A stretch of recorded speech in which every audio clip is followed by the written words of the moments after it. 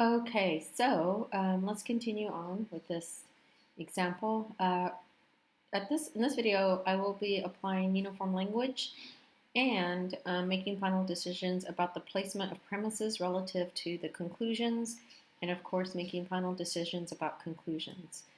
Just be aware that if you change something in here, so for example, let's say you thought something was a premise, you thought the statement was a premise, but then you think it's a conclusion, just make sure that if you change it here, like if you change this to a conclusion, that you move it, that it's not first in the list. Because remember, whether an argument is complex or simple, the first statement will always be something that's just a premise. Also, if you do change a label down here, make sure you change it up here because these must be 100% consistent with one another. All right, so now let's start to look at the content and making final decisions. The word free will refers to any action, choice, or decision voluntarily made. My wearing a mask is an action that corresponds with the respective definition. Okay, so when we say respective definition, we're talking about the respective definition for what? So we can use uniform language here. So what we're going to do is say the definition for free will. That's my decision at this moment. I might change it a little bit. Then I say, I am 100% confident that the definition for free will is correct. Okay, now, let's look at the placement of the statement here. So remember that I said somewhere in a previous lesson that the premises that are directly supporting a given conclusion should come directly above that conclusion. Does premise 1 or premise 2 offer direct, relevant support for feeling confident about the definition? No, it does not. This statement would not follow from these statements. So something tells me that I'm going to have to move this conclusion, the statement here, or I'm going to have to move these two to somewhere else. If I do move these two to lower in the list, I am going to have to change the numbers. So now I've got the definition simply paraphrases one that philosopher William Stace discovered. Philosophers are experts when it comes to concepts, definitions, and their use. Do you see how these two statements are talking about the definition itself and who discovered it and why that person who discovered it, that definition, is considered an expert? So you see that these two statements are relevant to this conclusion. They seem to offer support for this conclusion. So I'm definitely going to move this statement here to below statements 3 and below premises 3 and 4. Okay. And keep in mind that even if you don't have a complex argument for your item 1 response, you might have a complex argument for item 2 or 3 in your response. And so some general points in terms of the application of some of the stuff that I'm doing can still apply to other arguments. Even then, general points about moving statements around and making changes down here and making changes up here can still apply to any argument. All right, so I know that this statement, these two premises offer direct support for this conclusion here. Why does this person, what justification do they offer for claiming that, for what, saying that they are, oh, you know what? I just found, so here's another thing. Sometimes when you're reformatting an argument, you might discover something that you should have done that you did not do. And now I'm realizing they're saying I'm 100% confident that that definition for free will is correct. Isn't this an assurance indicator? So now I realize if I think that this is an assurance indicator, I might take it out. So that definition for free will is correct. So now I'm going to need only the that. Okay. Now, if I've eliminated something in here that was still here, then I need to go back up here and eliminate it because these things have to be consistent. So where was this statement about free will being correct and being confident about it? Right here. So this right here, this is actually an assurance indicator. I'm very confident in the claim that I'm about to make. So the basic claim is that definition for free will is correct. The one, in other words, the one that they just gave over here in statement 2 up here. So this is just telling them that they're really confident about the claim they're about to make. And the claim that they make is that their definition for free will is correct. So here's an example of where you might make a change based on something you notice, changing your mind, you see something you missed, so you make the correction down here, but then you need to make the correction up here because you get points for up here. If you had eliminated this part right here, in here, but not up here, you wouldn't have gotten points for eliminating it at all. if you didn't eliminate it up here, okay? Remember, 80% of your score comes from this part of the argument work. This is only 20%. All right, so that definition for free will is correct. So which definition, okay? So that's too kind of fuzzy, right? So we want to say defining free will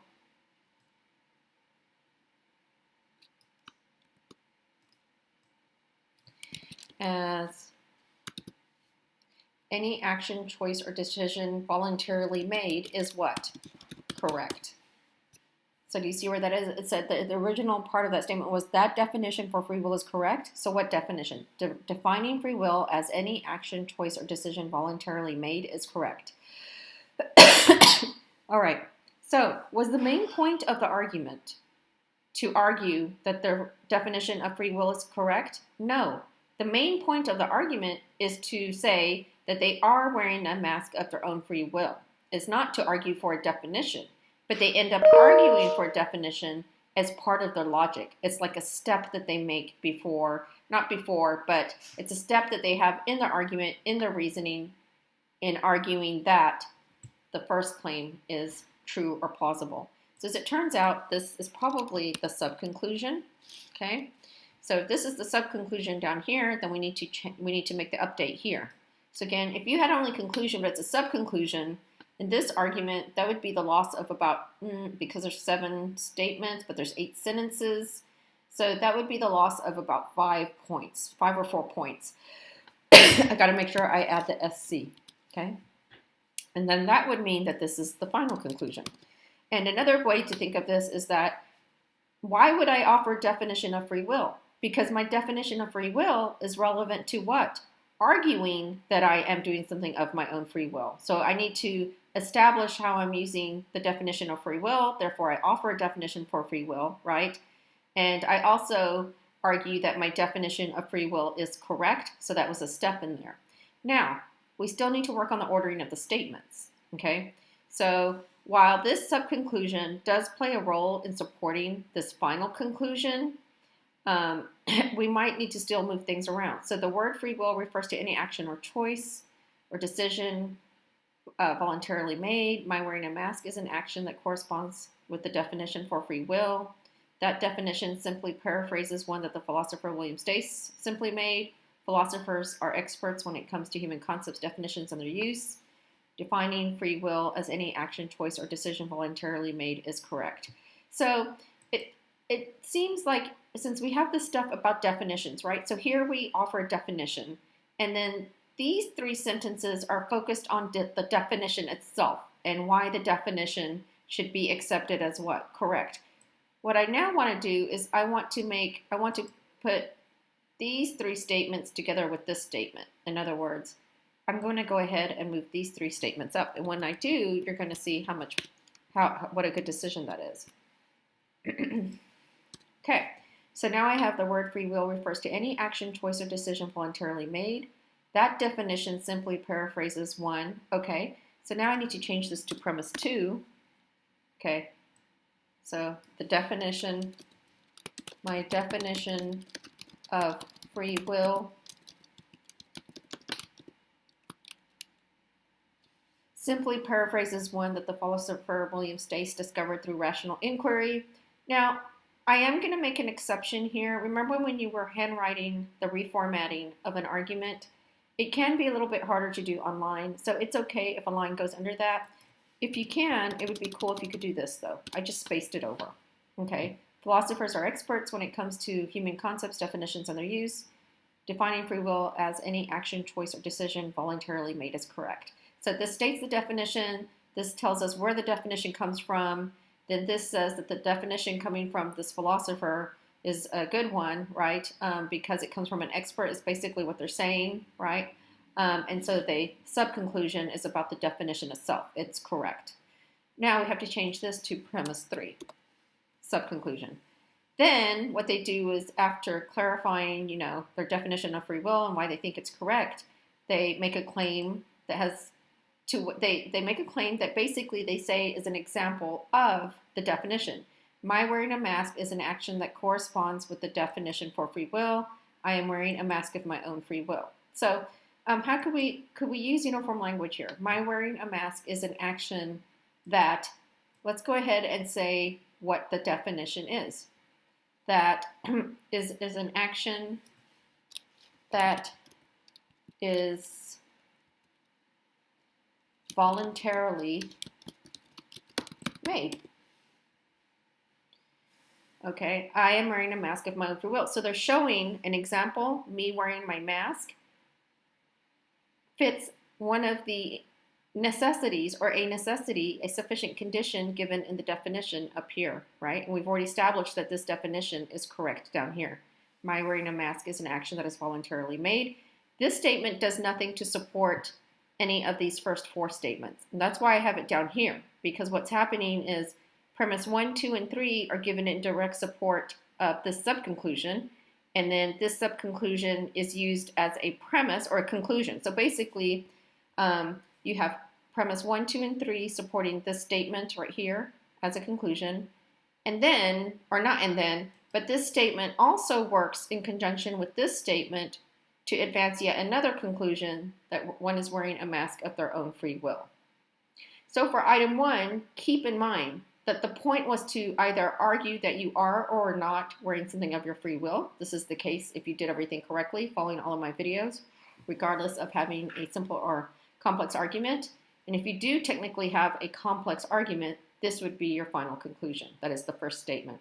Keep in mind that this does not necessarily follow the order of the statements in here. We rearranged them given some lessons and given the actual relationship between specific statements and relation to other particular statements. Okay, so I'm going to do one more video, and in that video, I'm going to show you how to do an argument diagram and an argument pattern online. Let me just look at this for one more second. See the word free will first. Okay, my definition, got to correct that right there. And really, this should say 4, so I'm going to make that correction. Where does that say? My definition, 4, oh, see, I changed it. I don't know why I did that. My definition for free will. Okay, so my definition for free will simply paraphrases.